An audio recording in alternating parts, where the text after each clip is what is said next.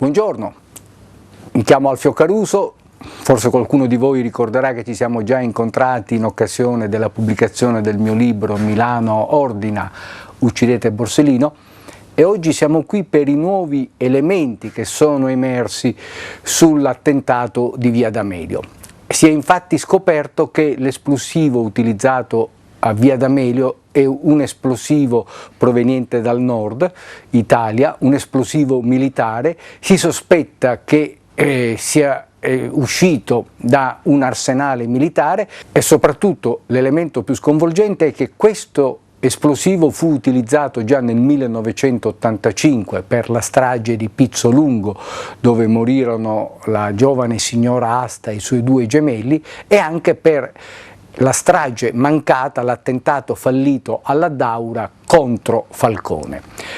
C'è un filo rosso che lega queste tre vicende. Il filo rosso è quello che unisce le inchieste di Carlo Palermo,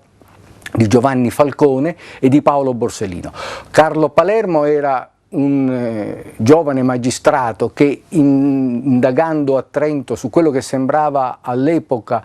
un normale, diciamo così, traffico d'armi, aveva viceversa ricostruito un quadro assai inquietante di complicità riguardante sia dei faccendieri legati al Partito Socialista, sia esponenti del Mossad, sia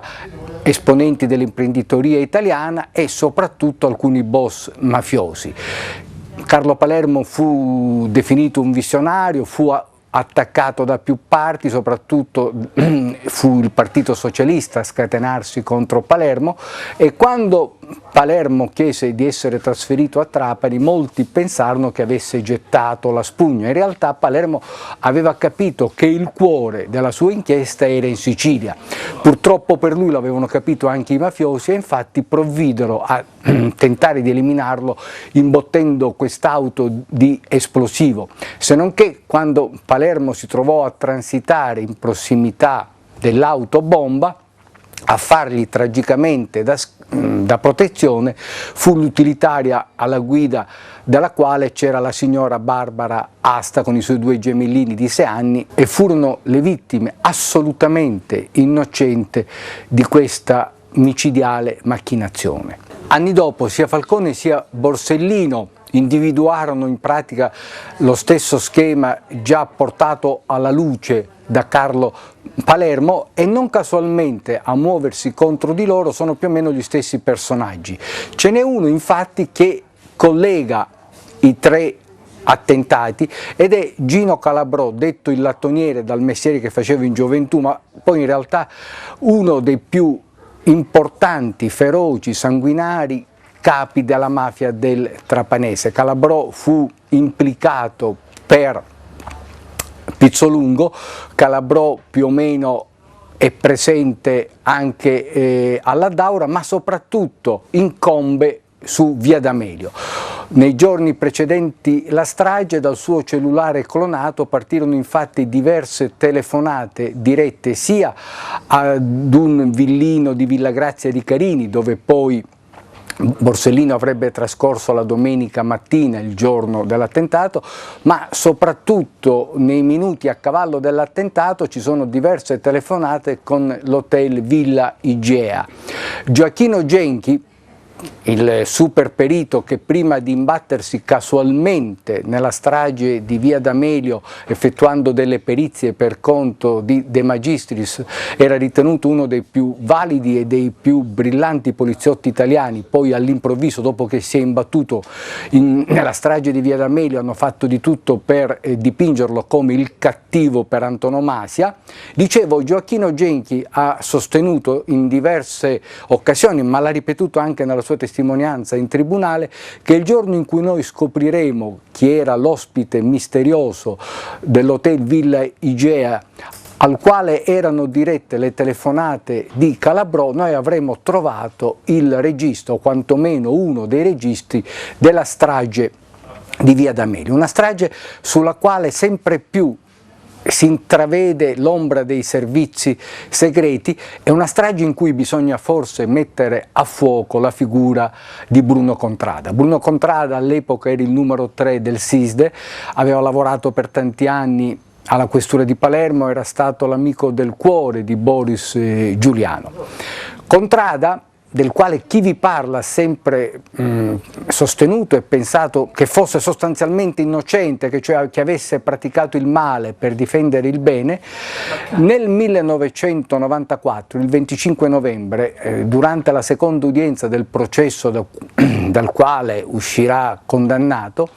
chiede di rendere dichiarazioni spontanee. Quel giorno Contrada dichiara che nel luglio del 1992, quando il dottor Tinebra aveva appena preso possesso della sua carica di procuratore a Caltanissetta, era stato convocato per l'appunto dal dottor Tinebra, che gli aveva chiesto di mettere assieme una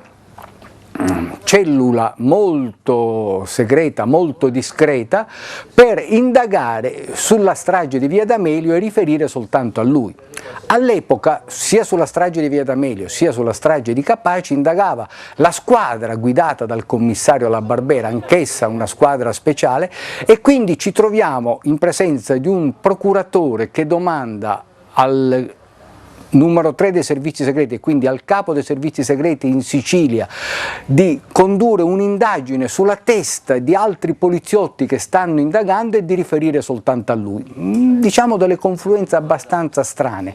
ma le sorprese non sono ancora finite, perché sempre quel giorno, il 25 novembre del 94, Contrada afferma che nel settembre del 92 inviò al dottor Tinebra una relazione in cui sosteneva di aver individuato in Vincenzo Scarantino un mafioso di spessore che aveva, secondo lui, avuto un ruolo in Via D'Amelio, che Scarantino era legato ai Madonia e che quindi, secondo le conclusioni della cellula segreta di Contrada, erano loro i protagonisti della strage di Via D'Amelio. Ecco chi porta Scarantino agli onori del mondo. Dobbiamo forse qui ricordare che Scarantino è stato l'imputato testimone su cui per 17 anni e mezzo si sono retti 3 processi, che Scarantino alcuni mesi fa ha totalmente ritrattato tutto, che Scarantino aveva già ritrattato nel 98 ma non era stato creduto, che la madre e la moglie di Scarantino da subito avevano detto che il proprio congiunto si era inventato ogni vicenda, che le sue chiamate di correo avevano in realtà rovinato tanta povera gente che non c'entrava nulla. Ma dicevamo prima quindi che è Contrada che porta Scarantino agli onori del mondo, dicendo che cosa? Che è uno mafioso di spessore, totalmente falso. Scarantino non è mai stato affiliato alla mafia, Scarantino addirittura era preda di turbe psichiche che fecero sì che venisse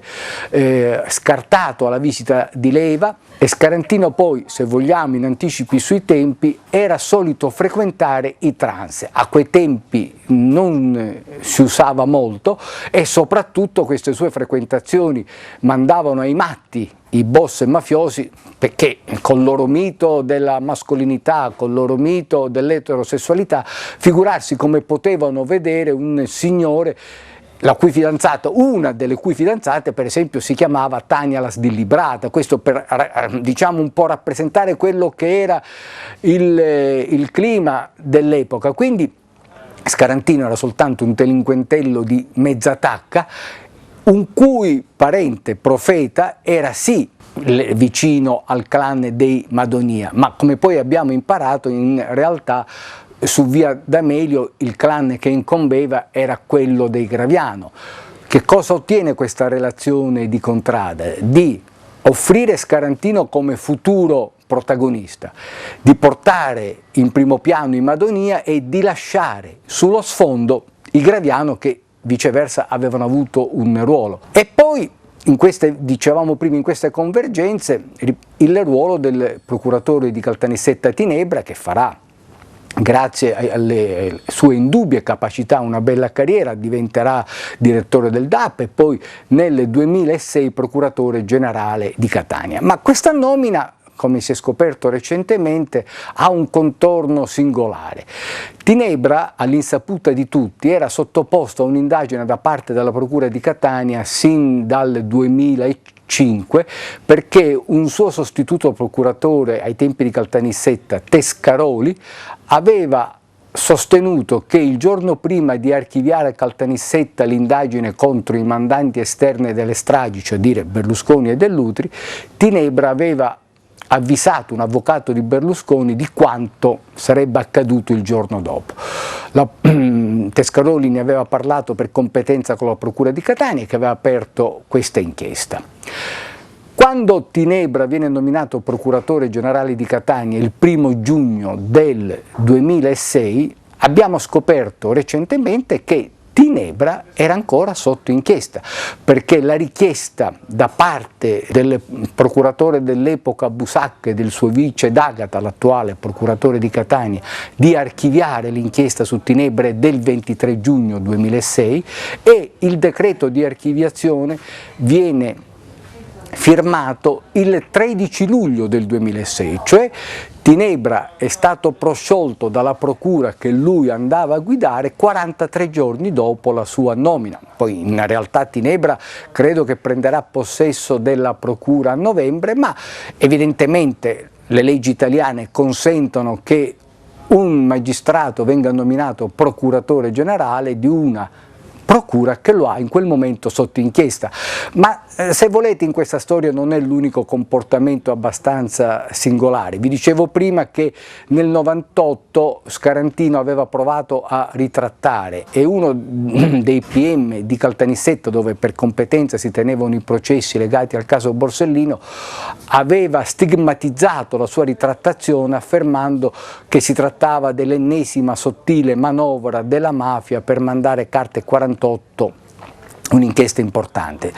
Questo sostituto procuratore, questo PM, era la dottoressa Anna Maria Palma, la quale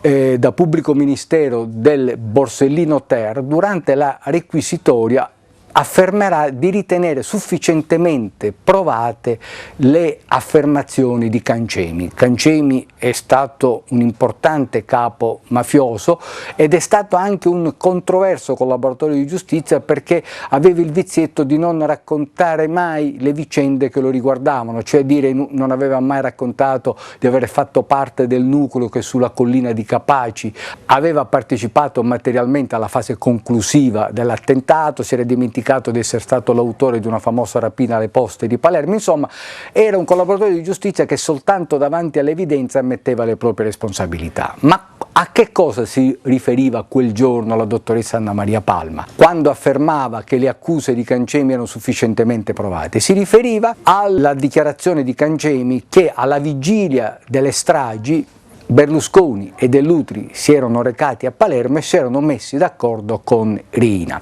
Inutile dirvi il cancan che venne fuori dopo le affermazioni della dottoressa Palma. Berlusconi protestò in maniera virulenta, si dichiarò indignato e una delle poche conseguenze delle dichiarazioni della dottoressa Palma fu che l'inchiesta contro i mandanti esterni aperta a Caltanissetta, della quale abbiamo parlato poco fa, venne immediatamente chiusa. Il 1° agosto del 2008 la dottoressa Anna Maria Palma è stata nominata capo di gabinetto del Presidente del Senato Schifani, che come noi sappiamo non soltanto è uno dei berlusconiani più convinti, ma è un signore che deve completamente a Berlusconi la propria carriera, perché finché non è stato folgorato dal verbo berlusconiano,